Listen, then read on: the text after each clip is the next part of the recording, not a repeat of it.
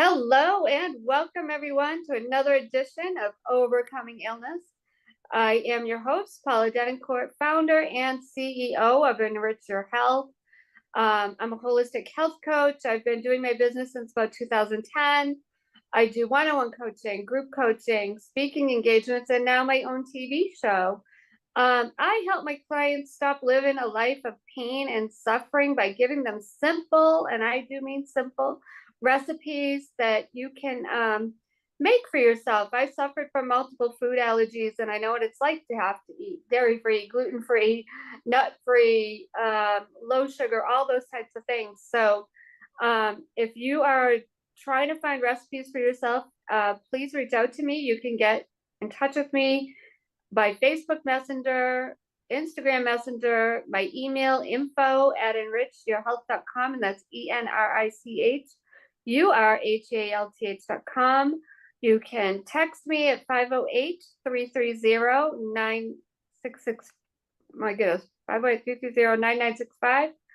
And you can reach me that way. Anyway, so I've decided to do this show because there are people out there that need to get their stories out. People need hope. They need encouragement from what they're going through. There's people out there going through cancer, obesity, diabetes, Lyme disease, autoimmune issues, you name it. People out there that are going through things that they need your story to help them get through it. What did you do to help yourself? So we've done some amazing shows in the past. So go back and watch some of the replays. And please give Elevation TV Network some love. Go over to the YouTube station and like it, subscribe, like the videos. There's other people on there that are amazing. Go follow them. Follow them on Facebook. Again, it's Elevation TV Network. And you can follow my YouTube channel at Enrich Your Health, and that's again with the UR if you're listening. So enough about me. I do want to say a couple more things. One more thing. I am looking to partner with other practitioners. So if you have clients or patients that need recipes, that they've got food allergies, food sensitivities, I'm your girl. I can help you with that instead of letting them leave and try and find their own recipes everywhere. It can be a lot to weed through. I know they can get them, but there's a lot to weed out through the internet. I am looking for sponsors for the show. I am looking for people to be in my business spotlight. That means you get to be on all my platforms: Facebook, Instagram, TikTok, if you want, LinkedIn, all of that. And I've got thousands of followers. So if you want your business in the business spotlight, you can reach out to me for that. And last but not least, I offer business funding now. I've partnered with another company that offers business funding and some other business resources. So if you are not a startup and you're making more than $3,000 a month, been in business for 4 months or more, reach out to me if you're looking for business funding and we can talk about that. All right, enough about me. I am really excited to have my guest tonight. We have prophetess, pastor, author, and total wellness motivator, Shaquana Armstrong Dunham. She is the author of The Way I Died and How I Am Living Again, which highlights her journey of losing 200 pounds and having reversed her diagnosis of type 2 diabetes. Shaquana has inspired many people to start and stay on a weight loss journey. She promotes healthy living as well as an advocate for food addiction awareness. In 2019, she took her influence in inspiring women to another level as founder of Benevolent Beauty, where she hosts the Break Room Experience annually for women of all demographics, allowing them a safe space of healing, networking, and encouragement. That's awesome. Along with encouragement for women, she has since started a monthly live show, Mature Conversations, that uplifts, educates, and empowers both men and women through thought-provoking conversations and testimonials. She continues to share her personal life and life experiences through her organization, shows, and publications as a way to inspire others and bridge the gap from hopelessness to empowered into purpose. I love that. So welcome, Shaquana. Thank you so much for being on the show tonight. Thank you so much for having me. Thank you so much. You're welcome. I'm looking forward to just hearing your story and just how we can help others. And full disclosure, medical disclaimer, this nothing on the show is medical advice meant to treat, heal, cure, or mitigate any illness. Please check with your doctor if you are going through any illnesses. So Shaquana, please let us know, where are you from? Where did you grow up? Do you have brothers or sisters? Let us know a little bit about yourself. Okay, so I am originally from Brooklyn, New York, born and raised. I am the oldest of, on my mom's side, oldest of three boys. And my dad's side, I'm the oldest of a boy and a girl. So I'm the oldest all around the board. Again, I'm born and raised Brooklyn, New York, and I'm married. I have four daughters, and we relocated to Richmond, Virginia. This Friday will make 10 years. We've been in, yeah, 10 years we've been in Virginia, but Brooklyn raised. I'm a Brooklyn girl at heart. Mm-hmm. Um, yeah, that's where I'm from, Brooklyn, New York. I still go to New York and visit and everything, but Virginia is home. Yeah. Do you miss Brooklyn? Um, Honestly, I do. The food aspect, it's Because surprising. I miss, the different types of foods, the culture. But I have pretty much settled here. I don't miss Brooklyn enough to go back and move right. back. That I do miss it sometimes. Yeah. Mm-hmm. Yeah. Gotcha. Yeah, I'm originally from Massachusetts and I moved to North Carolina. So Okay. I've been here since 2019. I don't miss Massachusetts, but like you say, there's some things that are different, like the food is different here. There's tons of restaurants, tons, and they're opening new ones every day, but it's just different. You don't get the same types of restaurants here, so Yeah. yeah, it's just different. Yeah. Yeah. It's, My yeah. mom, my mom, she moved to North Carolina from Brooklyn as well about 2 or 3 years ago. Um, and she tries to get, my husband and I to move out there to North Carolina, but we're not there yet. Yeah. We're not there, but we do visit. We do Yeah. visit. Where is she in North Carolina? Zebulon. It's about 30 minutes out from Raleigh. Okay. Yeah, so to really go in there, like restaurants and things like that, she goes into Raleigh. I think where she is more so they're just now building it up. Um, yeah, like a residential area there. Yeah. Yeah, everywhere is just building like crazy. Yeah. Mm-hmm. Yeah. Yeah. Hmm. So tell us a little bit about your story. So, did you grow up overweight? How did you start becoming overweight? Tell us from day one. Okay. So I have always had my weight would fluctuate up and down. Mm-hmm. Um I was overweight. I remember my mom, she used to give me like Slim Fast bars and shakes and things like that. I was pretty much a latchkey kid. My mom, she worked all the time, single mom. So when I was home, one thing I did not have to worry about was food. Food was accessible. I Mm-hmm. learned to cook early. And most kids, if you don't supervise, they will eat what they want to eat. So I ate a lot of, snacks and things of that sort. So I always was overweight as a child. Um, Even growing up into high school, I became a little bit more conscious, but I always struggled in the weight area.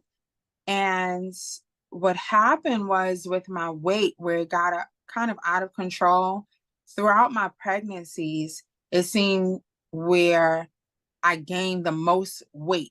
My first daughter, I gained 90 pounds with her.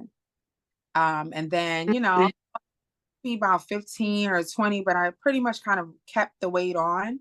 My second daughter, I gained about 70 or 80 pounds, and I had gestational diabetes with my second daughter.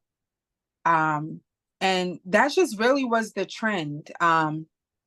Always, you know, overweight, but with my pregnancies, that's when I would put on the brunt of the weight. And like I said, my second pregnancy, I had gestational diabetes, and you know, I was determined high risk. But Mm, once I had her, they said, "Oh, you know, everything is back to normal. You're fine," in which I was. But my weight pretty much stayed the same. Now, mm-hmm, the last pregnancy, with my youngest daughter, she originally was a twin. So immediately this pregnancy was different. It was really different. I was mm-hmm. hungry all the time to the point where I was tired of eating, but I knew I had to eat because the hunger, it was just almost like once breakfast was done, my husband would cook breakfast. Once that's done, it's like I'm hungry again and he's preparing lunch and so on and so forth. Oh my Um, goodness. yeah, it was unusual. So they already deemed me, you know, high risk because I was obese. I had gestational diabetes. Uh, I was pregnant with twins starting out. And then I would say right right into my second trimester, I went to a specialist. So because I was high risk, they needed me to come in a little bit more frequent to do like the 3D, 4D sonograms to check the twins. And I went in, and the first time when they told me I was having twins, they saw two heartbeats and everything. They saw two sats. So when I went in the second time, you know, the sonographer, she was just checking around and feeling around, and they found, you know, baby A, but she just was checking around for baby B. And, you know, I can tell that something was wrong, because it took a lot longer. And I said all that to say, she said, "Oh, you know, the doctor," she cleaned up the machine, and she said the doctor will come and talk to you. So I said, "Was something wrong? Did you find the other heartbeat for the baby?" And she's like, "Oh, you know, the doctor will come speak to you." So I, you know, got dressed and everything. My husband and I went into the office, and then that's when they proceeded to say they could not find a heartbeat for in the second sac. And Mm, so, you know, the confusion, of course, was, well, I don't feel like I had any type of miscarriage. You know, there was no signs that I would have miscarried or anything like that. And so they explained very briefly. They didn't really give too much explaining, just, you know, your body has its own way of dissolving the pregnancy. And mm. so they, you know, just focus on, you have a strong heartbeat in this one sac and your baby is fine, you know.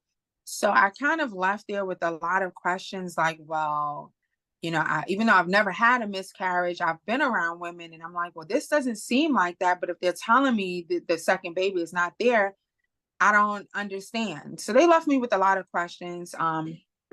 And that kind of started with a depression that I didn't even know could exist, you know, Oh, that was my wow. first. So fast forward to, because we were starting to prepare for twins, we were already looking to move out of the state of Brooklyn, New York. And Mm-hmm. because, you know, it's expensive. We already had children. He had a daughter from a previous relationship. I had a daughter, and then we had our daughter together. So we had three kids already, and then, you know, getting prepared for twins. So we said we were relocating to Virginia.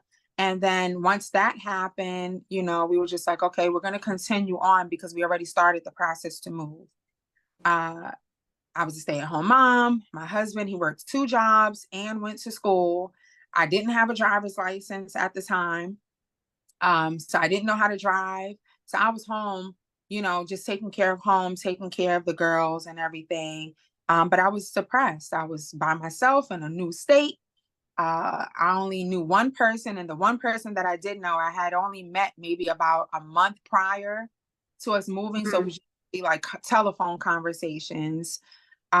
So I would just be home and I would eat and eat and eat. And of course, Uh, I was depressed.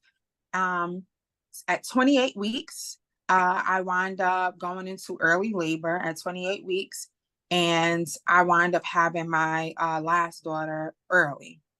So she was mhm. 3 she spent 45 days in the NICU, and Wow. was just every day was torture because I didn't know if I was going to be able to bring my baby home or not. Mm. Um, And then to make it worse, again, when you don't have that physical family support and unit, it was just very hard. We had the small children. My husband was at work all the time, and then school. I had no way of getting to and from the hospital. So I would literally depend on medical transportation that I was set up through my insurance to get me to the hospital. And so that gave so much it was so much adversity with that, because with the medical Mm. chance a lot of times they would be late, and I would Yeah. have back in time for my oldest daughter to get off the school bus, because again we had no family. So some days if they were too late to come pick me up, I couldn't go see the baby, because again my husband worked 2 jobs, so it was just really hard. So I would be calling all the time to make sure she was Mm. okay. Sometimes, no matter how tired he was, we would just drive up to the hospital just to spend a little bit of time. It was just a lot on me, and I fell into a very heavy, deep depression. Um, in conjunction with that, I had gestational diabetes, in which they told me once you have the baby, you'll be fine. They never, my GYN, my primary care doctor, they never monitored my glucose levels or my A1C after I had the baby. Wow. In conjunction with the depression, I'm I'm eating heavily, I can't get around, so I'm not really moving around. During that time while she was in the hospital, I was feeling a little off. Nothing in my mind made me think, oh, well, it may be something with your A1C or anything like that. I just felt bad. I was just down and depressed. So um, each day I just wouldn't feel that great. 45 days later, after I had my daughter, she was able to come home I had her at 2 pounds, 9 ounces. And by the time they said that she could come home, she was, I think, like right at 5 pounds or a little bit over 5 pounds. But Mm. thank God she had no bleeding on the brain. All of those things they would Yeah. check for. She was fine. They released her. And once she got home, it was like I felt worse and worse and worse, to the point where my daughter, I would have her hold the baby because it got so bad that I felt so weak. I was fearing that I would drop her. Um, I Goodness. was, yeah, it was bad. I Mhm. became thirsty. It was almost like I could not quench my thirst, to the point that I would walk around the house with a gallon of water, drinking, just continually drinking water. And it was just like my thirst just could not get quenched. I was just thirsty. I was, going to the bathroom a lot. Um, Mm.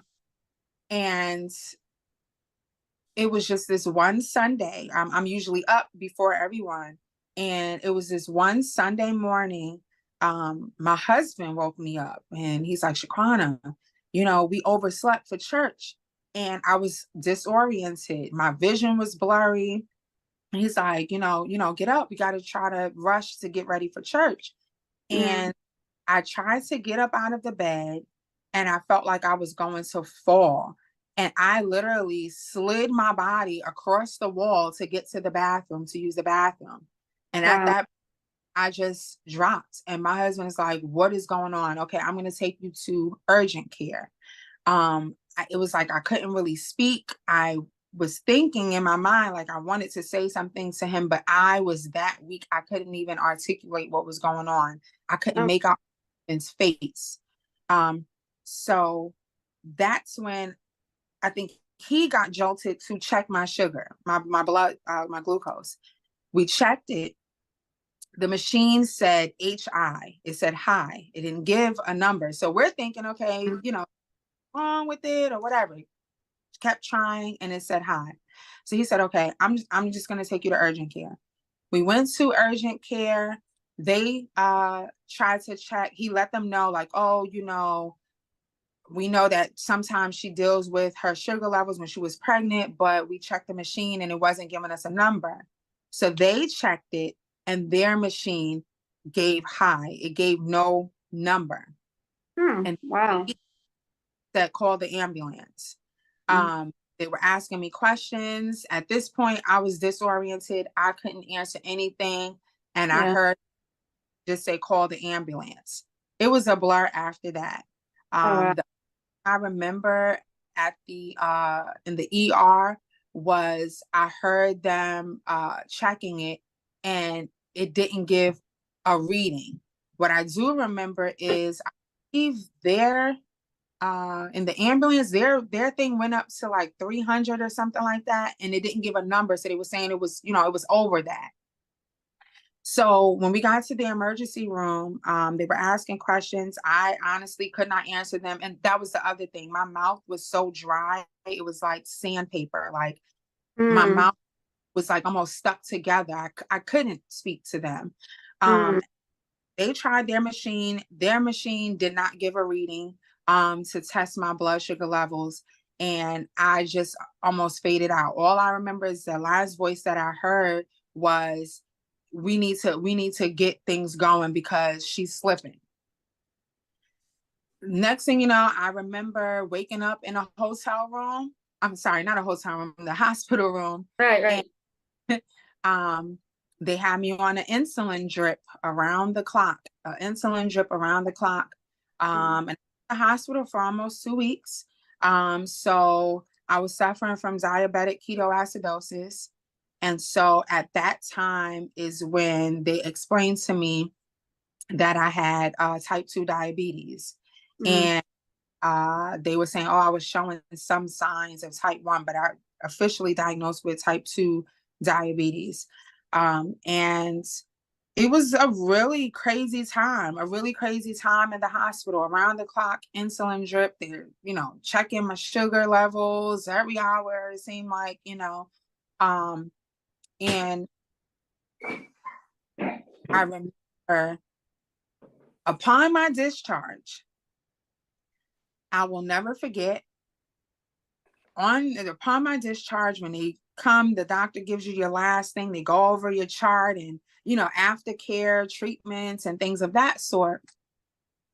The doctor looked me right in the face and she just flat out said, so you're not gonna change your habits. You're gonna continue to eat the way you eat and live the way you live. This is exactly what she said. You're gonna continue to eat the way you eat and live the way you live. You're gonna have type 2 diabetes for the rest of your life. This is the medicines that you will now be on. You will have to take metformin. I think it was Humalog. It was two insulins, the metformin, and some of the medication for liver protection because of the insulin that I was taking. Mm. You'll have to inject yourself, X, Y, and Z. She's just giving me the whole aftercare. And I was so taken aback at how just blunt she was and just matter of fact to tell me I'm going to have this for the rest of my life. And it was at that moment where something clicked off in my mind. And I said, I know God, and I am not going to let someone speak over me that I will have this sickness and this disease for the rest of my life. Amen I to that. I know God, and Yeah. I believe His report. I'm Right. not gonna let this stranger tell me and dictate to me and speak this over my life. And Yeah. so after I left the hospital, I said, I have to make these changes. There is no way. And the embarrassment and the shame that I felt when, my children would follow me in the kitchen And, they were curious of what I was doing. And I would send them out the kitchen because I had to inject myself with the insulin. Mm, I didn't like the feeling, and that was right. enough to keep me going. Like, you don't want to live like this, then, trying to find that balance of not letting your blood sugar go too low. Then I would have those type of episodes where if I'm not eating the right time, and it was just this whole math and method that I had to go through. Mm, Then would get too low, then I would get disoriented, and it would disrupt things. And then even sometimes during service, it's like I became a distraction sometimes. And I'm like, now it's to the point where this is happening, and now I'm being a hindrance to other people around me, you know? Um, so I said I have to change some things. So I got connected with the nutritionist, and I started to learn things that I should not eat, things that I should eat, healthy sugars, things that break down into sugar, and mhm. carbs and starches and all of those things. So I really, and again, I was a stay-at-home mom. So it's not like I had a job to tend to at the time, even though being a mother is a full-time job. Yeah, absolutely. Yeah. So I really dived into studying myself along with the materials that was given to me about what I should eat, what I shouldn't eat, the times, things of that sort. So I told my husband, the gym at that time was one of the things I stayed away from. All And right. Yeah. yeah, at Yeah. that my husband, by that time, I think he was just working now at that point, one job, but he was still going to school. So he had a little bit more free time once the baby came home, but he would go to the gym, and that was his thing. But I told him, I said, I think I want to start working out. He's like, well, I love you anyway, but if you're telling me you want my help, then I will help you. But know that I'm going full steam ahead because you said you wanted help. And my husband trained me. So we started going to the gym together. I say about maybe about 4 times a week, if I'm not mistaken. Sometimes it would be twice a day if he had the Mm, time. wow. Yeah. And so by changing my eating habits at first and going to the gym, and of course, some of those medications will have you to lose weight. I lost 70 pounds on my own. Now, one thing I will say is, That's uh, awesome. thank you, thank you. One thing I will say is I share with people that it took great faith when I did leave the hospital because nope, I have to go back and tell this part of the story before I share this. So I lost 70 pounds with the gym, changing my diet and things of that sort. And so with that, the doctor monitored me. He said, your A1C has come down some. You're doing good, but you're still not in the clear. You still have to take these medications. And so he proposed to me about having weight loss surgery. So he said, well, if you have, this weight loss surgery, this will increase your chances of not having diabetes anymore. Now, this increases your chances, but that doesn't mean that you will get rid of it, but I think that you're a good candidate. So I struggle with that thing. I'm like, oh, is this of God? You know, God Yeah. is it God be pleased with this, and those type of things. And I said, you know what? I'm gonna go ahead and do it. And we'll see what happens. So now this occurred between 2014 is when I had my youngest daughter. And now around this time, it's about 2016. And so I had gastric sleeve in January of 2016. Oh, Now, wow. this is where the great faith came in because 2 weeks prior to the surgery, they said, do not take any of your diabetes medication. You had to come off all medications that you were on two Mm, weeks prior. So of course now you have to come off what they told you have to rely on. mm. And I said, okay, well, I mean, they know what they're saying, right? Because they're going to cut me open and do what they're going to do. Right. Um, Never explained that once I had the surgery, that I wouldn't go back to taking it just yet. So once I had the surgery and they discharged me and they were like, oh, you are not going to take the insulin, you're not going to take the metformin, you're not going to take any of these things for a while, and we'll see. It's not like the diabetes just automatically went away. My A1C was still high. I still had type 2 diabetes. So this Mm, is where faith came in. And I said, God, you see that I have been faithful, right? I have been faithful. And, this is not an end all be all, but I'm asking you to do a big thing and meet me where I am, to not have to go back on it. And so I took a leap of faith and I did not go back on it. And I continued to do what I needed to do. I could, yeah, I continued to do what I needed to do. And I started blogging. At the time, I was friends with someone who was an author, and we talked over, the time, and she knew that one passion that I had at a younger age was writing. I had a love for writing, but I hadn't written in a long time. And she's like, "Oh, well, I'm going to start a blogging challenge, and I want you to enter it." So I said, "Okay, I don't know. We'll see. What's the blogging challenge?" She goes, "So every day you have to blog about whatever you want to blog about. You can mm, one topic, or you can blog about being a stay-at-home mom. You can blog about whatever." right. And I prayed and I asked God, lead me to what you want me to write about. And so during the blogging challenge, I believe it was like a 2-week blogging challenge, I began to write about my journey with my pregnancy, my last pregnancy, and us transitioning from Brooklyn to Virginia. And I started blogging about what I went through with my daughter in the NICU. Then I started blogging about me getting sick. And every day I would blog, I would also post it on my Facebook page. And the amount of feedback that I got every day, I would get comments, okay, you coming back tomorrow? This is Yeah. good. This is almost like a book. Are you going to share something tomorrow? And I'm like, yes, because I'm doing a challenge.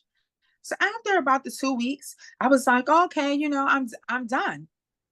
But then what would happen is when I was going to the gym as well, in conjunction with that, people would post, oh, way to go, keep going. Now, me posting about me going to the gym was more so of accountability. I was 380 pounds. Mm, And I felt if I put myself out there, that also was another form of accountability because, I mean, it's out there, right? right.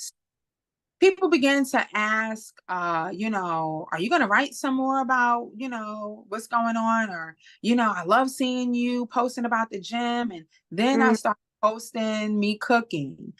This is what I'm eating today. And it really happened so authentically. And then right. just one day, I'll never forget, I was on the treadmill. My husband, I believe he went to the restroom. I was on the treadmill, but I was also on the phone with my mom. And I said, it's crazy. I'm starting to get messages from people asking me, well, what am I eating? Things of that sort. And I said, I got it. I said, God gave me everything that I need. I believe that I'm supposed to write a book. I'm supposed to really share this. And I Mhm. said, honestly, the blogs that I wrote is technically the foundation for a book. And Yep. I said, I think I'm going to continue to share this story. And it seems like people keep asking me about recipes and things like that. I think I'm going to incorporate that too. And it just flowed. Mm, Holy Spirit really just downloaded everything else that I needed. So I turned my blogs into a book and I expanded on that. And so that's how I came up with my book, The Way I Died and How I'm Living Again. So I mm, shared, the depression and the me hiding food and things of that sort, the all the feelings of, that I had with my daughter in the hospital and us being alone. I Yeah. shared that experience. And then I also shared, well, now this is how I died in so many ways. And now this is how I'm living again because God gave me a second chance. And so in my book, each chapter, I also have, a scripture. And the main scripture of my book is from Psalms. It was good for me to be afflicted. Now I know his statutes. Now I know. I know all the more God's word and what he says about me. It was good for me that this happened. During that time, I felt like, God, why are you allowing this to happen? Like, Yeah. I'm I'm a good person. Why did you allow me to lose one of my babies? And why did you allow us to go through all of this when we decided to take a leap of faith and move? And when you go through a lot in that moment, sometimes you forget all that God has already done, and you question why he has you going through those things. But once I came out of it, it was all good for me, and it was all for my good and the good of Right. those who are me, my voice. And um yeah, that's how my book came about. And then Mm-hmm. I started going live, and I had like a little cooking show at the time, and I would, oh, we'll try this alternative this Saturday, and we'll try that. And it just snowballed into a lot of things. Uh, it was just amazing to me how many people struggled with type 2 diabetes alone. Once I started speaking about it, and people started hearing about how, I almost lost my life, and how I overcame and things of that sort, people would just come out of the woodworks. Oh, I'm struggling with this and I'm struggling with that. And then I started creating meal plans for people. And I will always let them know, hey, listen, I'm not a doctor. Right. Right. What was working for me? And again, over time, my A1C just started coming down and coming down and coming down. And so Yeah. officially one day, went to the doctor, got my blood work, A1C back to a normal level. And no, I didn't have to go back to any medication or anything like that. And, all glory be to God. And some people say, oh, well, you had surgery, so that's how. Well, no, there are a lot of people who had weight loss surgery and they still have diabetes. I just truly believe it took great faith. God healed me. And I really relied on God's word to give me strength to have self-control, not to go back to those bad habits too. Right. Um, Right. and so that's really like the gist of, how I got to where I was as far as, I wound up losing a total of 200 pounds. Amen to And that. yeah, and I give all the glory to God. I really do. I really do. So let's back up just a little bit. Like some people out there, now I know what it is. When I worked in a prison for 22 years. There Wow. were several people that had weight issues. So they had gastric bypass surgery. Some of them had the sleeve.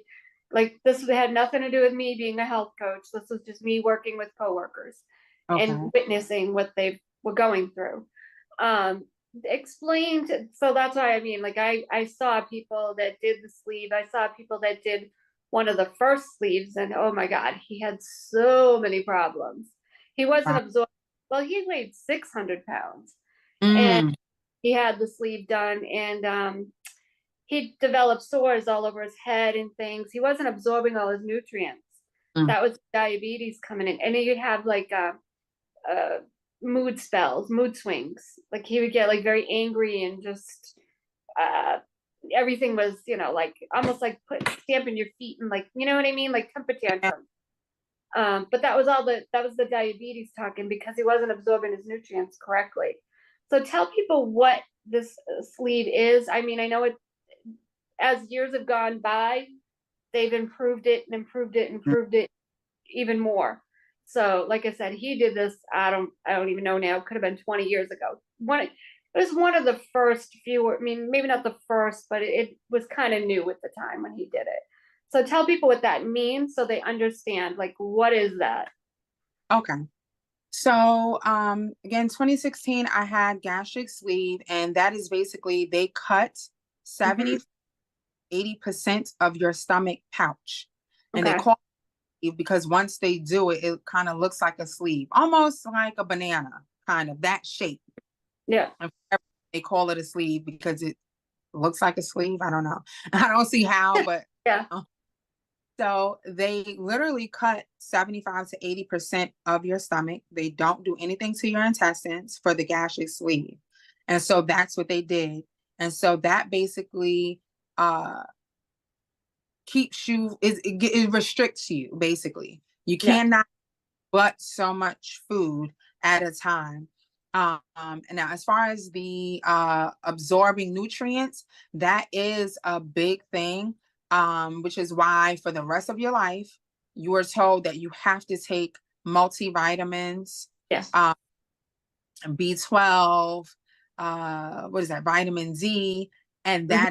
that is a necessity Yeah. because you're able to consume as much food, you're not going to get as much nutrients as you would if you had your normal stomach. Right. Right. And so that's what I did. And of course, like anything, it still takes discipline. So a lot of people, they'll have the sleeve and they'll gain all of their weight back. And Yeah. please, I mean, backtrack. I lost 200 pounds to where it was like I look like a totally different person. Yeah. Now, from 2016 throughout the pandemic and stuff, I put a few pounds back on, but not nearly as, what I was before, Right. 300 Right. pounds, 380 down to my lowest, which was 180. Um, so now in a year ago, I did have a revision to a bypass, but it wasn't for weight loss purposes. It was because, as you said, some people have complications. Thank God, the only complication I had was I developed severe acid reflux. Yeah. Um, That's yeah, yeah. so almost like my chest was on fire all the time. So it was Oof. hard for me to function. Or I would wake up with projectile just acid, fluid coming from me. And so they were like, well, we can give you the bypass and that will get rid of it. So basically, a lot of people, if you never suffered from like heartburn or acid reflux before the sleeve, a lot of people you develop it, which of course they didn't tell me that from the beginning. Yeah. They're not good. Yeah. Yeah. If you did suffer from it previously, a lot of times you would no longer have it. So for me, that was a struggle I didn't have before I got sleep. So yeah, over the years I developed that. So I did Mm. have a year ago to bypass, in which that really didn't do much of weight loss, but thank God I do not deal with the acid reflux anymore. So it did what it was supposed to do. Good. Yeah. Yeah, and so what I will say is now with the bypass, you definitely have to take vitamins because you get even less nutrients with that because with the bypass, they actually take out a portion of your intestines and then Mm. they reconnect it so that the food goes straight to your stomach rather than through the whole system of your intestines. So you really don't absorb as much nutrients. So it is imperative that you take your vitamins. Um, and so again, where a lot of people are like, oh yeah, that's a shortcut. It actually complicates things a little bit more because you have to be more conscious of your health because of that. Mm. And so I thank God though that the main thing was I can still say that there's no more diabetes. Uh, Hallelujah. Yeah. yeah, yes, all glory to God. Yeah. No medication, A1C is normal, That's uh, awesome. and that's it. Because again, I know some people who have had surgery and they still, you know, deal with diabetes. They still have to take whether it's pills, they might have graduated from having to take insulin to just pills or what have you. But I thank God that I haven't had to do any of it. anymore. I have to share something with you and the audience. I taught this class in Boston. It was Urban College of Boston, something like that. And they were all like African American, Latino, maybe even Portuguese or something like that, but very uneducated when it came to health and nutrition. Totally uneducated.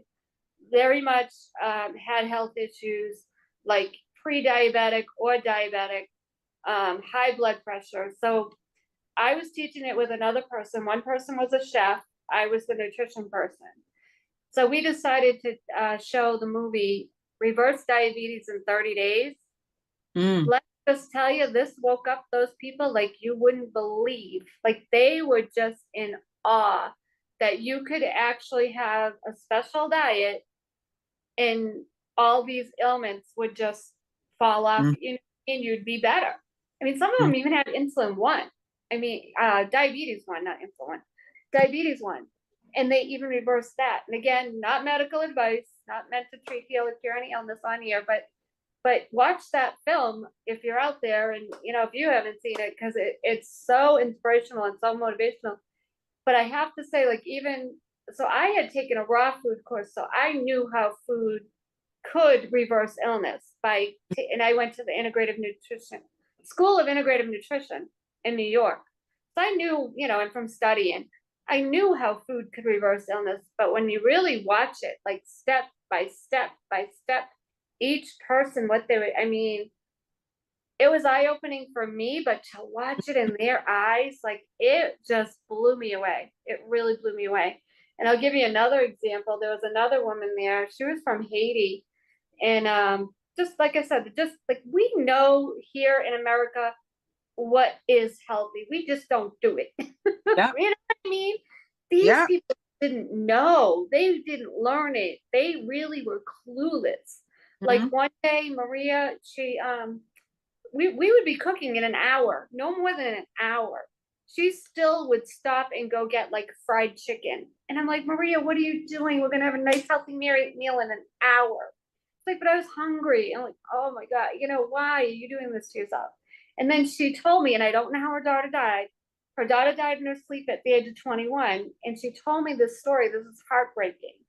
Her doctor, how you were saying how the doctors can be so like unkind. We'll just put it that way. No bedside manner. Right. That's what they did to her too. They said right to her face. They said, "You're gonna die just like your daughter," because of Oh what my. she obviously wasn't healthy. But that's not the way you go about it. Right. I mean, she said that to me. I was like, I was practically in tears. I was like, "You've got to be kidding me! This doctor's saying this to you." Yeah. So I wish I don't know where those people are and what they're doing now. I hope that got them on a better track. Like one of them was sharing that their culture was just constant. They just grew up with it. Like you say, Brooklyn. Brooklyn does a lot of this too. Parties. There's birthday party. There's this. There's a barbecue. There's a party for something. And when they do those parties, all the pastries come out. Mm-hmm. So the cakes, the pies, the cookie. You know what I mean? So they were just brought up on all this constant. So it was eye-opening for me to see what their culture was, to see what they grew up with. You know what I mean? No wonder they have these issues. So I just wanted to backtrack on that a little bit and just share with the audience and with you, like what, why so many people can be diabetic or pre-diabetic. They brought up with Yep. the culture, whatever was around them all the time. Mm-hmm. Yeah. Yeah. That's a great point that you bring up for two reasons. I heard you mention something about like a raw diet. And so I will say that used to be one of my excuses. I am allergic to all fresh fruit. Oh no. I cannot have fresh fruit. Even if it's like frozen fruit, I can't eat it. The No. only I can have is like canned fruit. That's it. But who really wants not the same? But I used to use that as an excuse. Like people be like, oh, well, you can do a smoothie. And I'm like, well, I can't do a smoothie. Oh, you can do juicing. I can't do juicing. Oh Oh, Lord. And I used to say, I'm destined to be fat. It was meant for me to be fat my whole life because I'm allergic to all the things that are good for you. But if Mm, you really want to make a change and you really want to do something, you're going to find a way. And that's yeah, why the nutritionist like, oh, well, you can have this serving of that. And I'm like, okay, well, I can't have that. I'm allergic to that. So yep, then I would have to find alternatives yep, me, to that I couldn't have. And yep, so I really, again, put that effort. And of course, it was hard because it's like, oh, well, it's easy to say, oh, well, yeah, I can't eat that. I can't have that. I can't drink that. So, okay.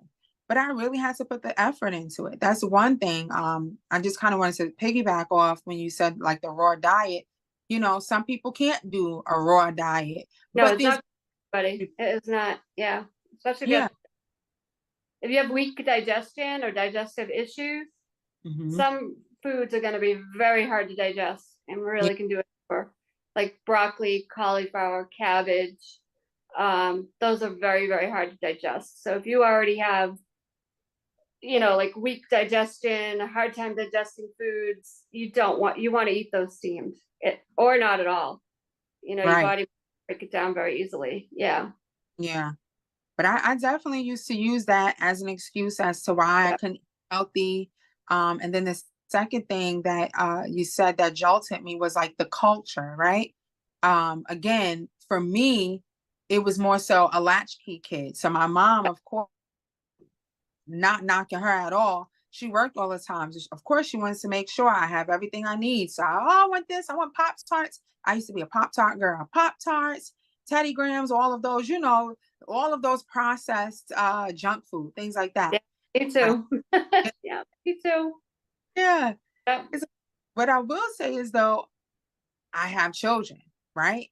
And even with that, at first, I even talk about in my book how I would feel left out when I had to eat healthier.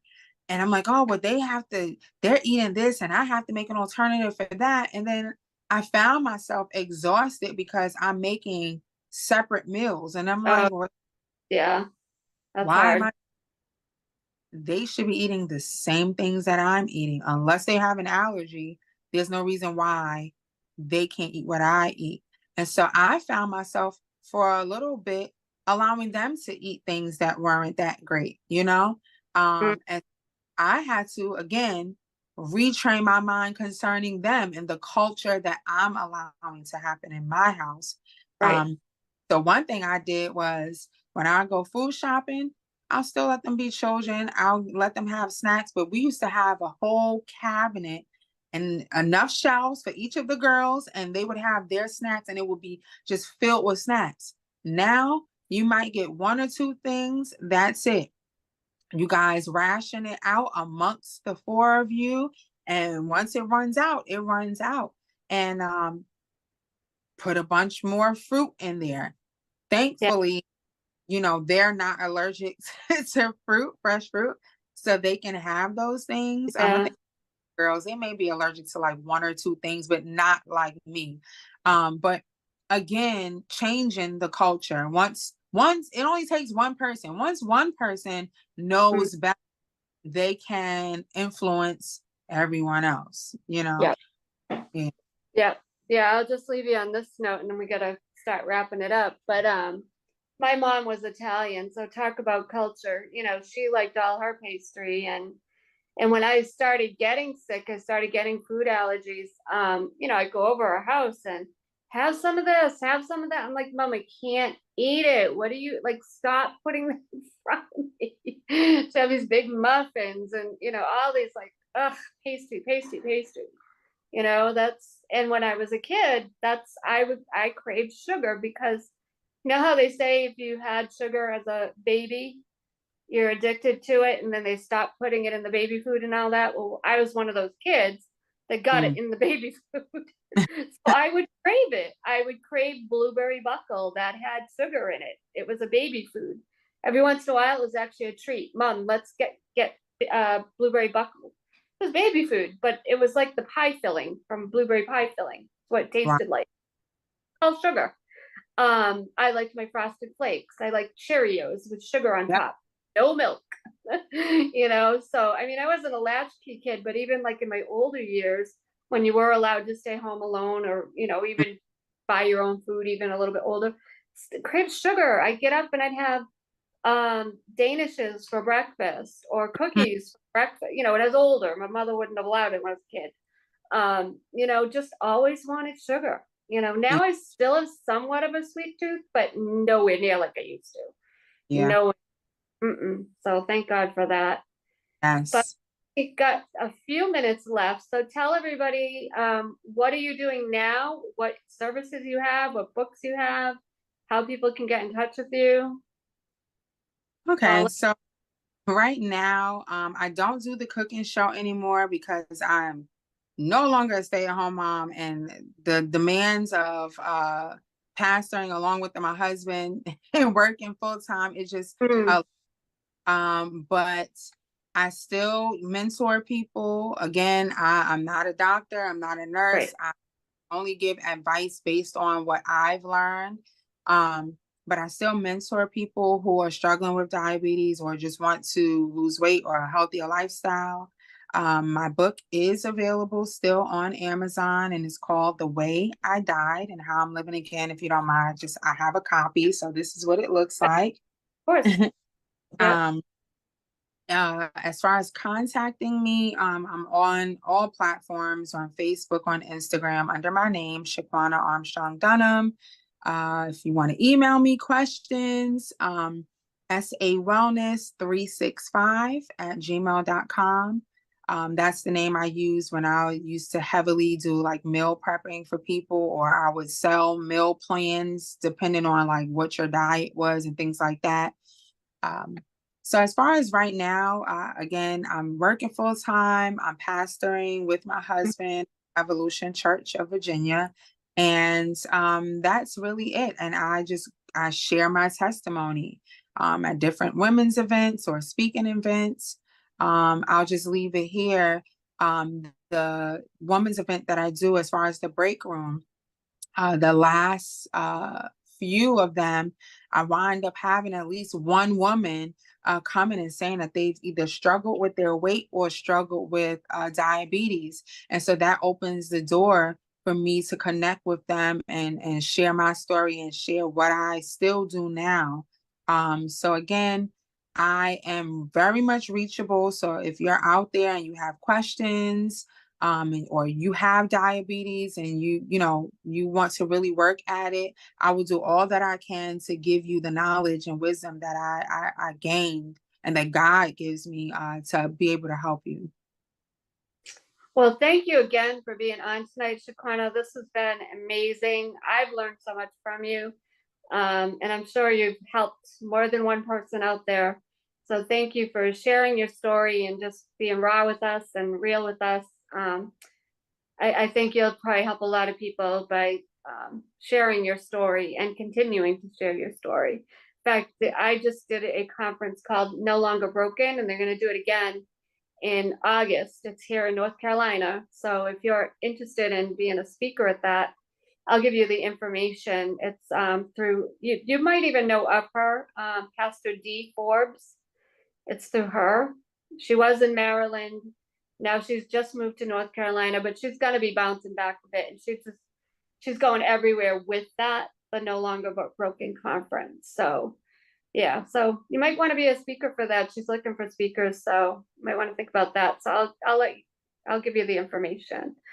Okay. So anyways, with that, I'm looking for sponsors for the show. I'm looking for you. I'm looking for guests for the show. If you've overcome an illness, or maybe you're a mom, a spouse, doctor, practitioner, apostle, pastor, we need you for the show. People need your stories. They need your inspiration, motivation. So please reach out to me at info@enrichyourhealth.com, or you can message me on Facebook, Instagram, if you're interested in that, or even being in the business spotlight. I do it at a very reasonable price right now. I have a special going on. So reach out to me and I will let you know what you can do, a week, a month, 2 months, whatever you want to do. I advertise you on all my platforms daily. So that gets your business advertised on everything, like reels, all that good stuff, stories, all that good stuff. So just really gets you out there. Another set of eyes that you wouldn't have had if you didn't do it. So reasonably priced. With that, we will see you next Sunday. Have a good week. Have a good Father's Day, everybody. Bye. Thank you. Thank you.